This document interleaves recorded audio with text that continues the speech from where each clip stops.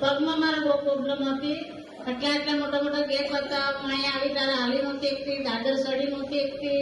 ઘરે હું ઊઈ રહેતી હતી, મારાથી ઉઠાતું નહોતું, કમરમાં દુખતું હતું, માથાનું મારું ઓપરેશન કરેલું છે આખું મોટું.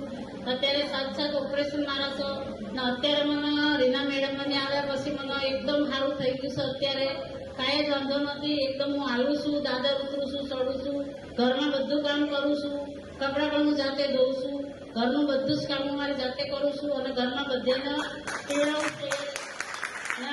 30 જણને મેં આ બધું આપેલું છે.